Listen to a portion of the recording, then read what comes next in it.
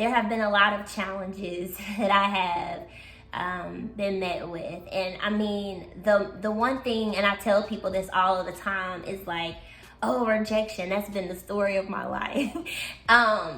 You know, we're all handed different obstacles, and there's a reason behind that. Mine was rejection.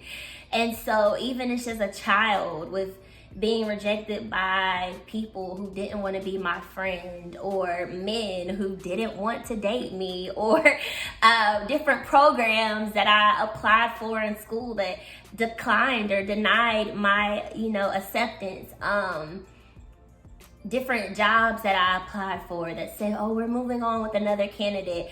There have been so many different types of rejection I've faced, and I know that in that time, I couldn't understand it, and it caused me to feel inadequate, or like I couldn't measure up to whatever the standard was for that person or that program or that job. And so it was very challenging with me trying to change my perspective on the different types of rejections that I received. And that had an impact on my self-esteem. It had an impact on the confidence that I could have within myself. It was very difficult. But by the grace of God and my church family and my family, my friends, I have been able to change my perspective on rejection. And I no longer look at any form of rejection as defeat. I see it as you still winning. One of my friends and I, that's one thing we talk about all the time, #winning. Because regardless, I win. I'll never be defeated. I am victorious. And it took a long time for me to look at my challenges as such, but I am definitely at a place where I can say, #winning. My last bout with unemployment, I was laid off from the private mortgage insurance company I was working with. And, I'm thinking I'll be able to turn this around very quickly. I'm qualified, I've got experience, and it did not happen. I mean, I was unemployed for 15 months, and it was so humbling because I went from making six figures to loading boxes at UPS, making $150 a week. Now, that didn't last long, thank God, because I ended up taking a teaching position, teaching 8th grade math.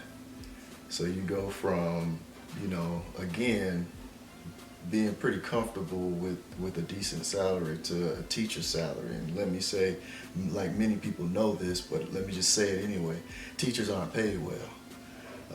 And so that was an adjustment in itself, but that's when things really turned around. And the teachings that I had from those influential people in my life, that's when they really started to kick in. And I got to see my relationship with God come full circle, and I could see that He truly was my only source. Me not really embracing my accomplishments, and me finding myself that I either shrink myself, not even wanting to accept the whole term doctor. When somebody says Dr.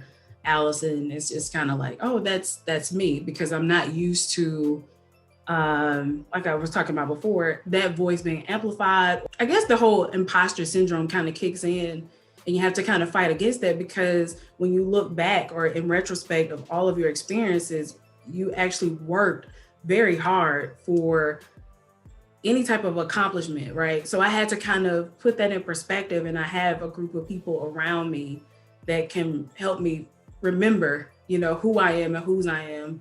And so I would say just being able to embrace your accomplishments and who you are in every situation.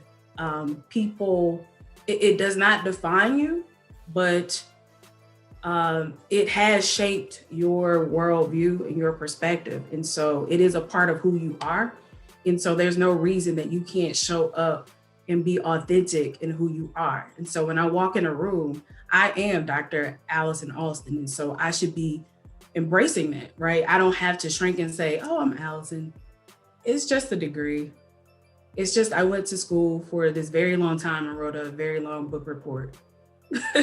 You try to joke it off, you try to make it small, but you don't have to make yourself small or feel small because you think of how other people are going to perceive you, and you don't want to be that center of attention because you're not used to it throughout your life.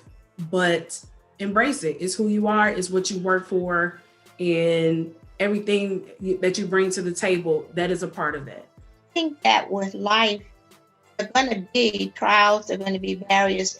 There's so many things that are gray, and fewer things that are completely black or completely white. So there's always going to be a challenge there. And what we have to do is, as the old cliche says, we have to look at the glass half full rather than half empty. We really do have to look at what we have as opposed to thinking about and worrying about what we don't have.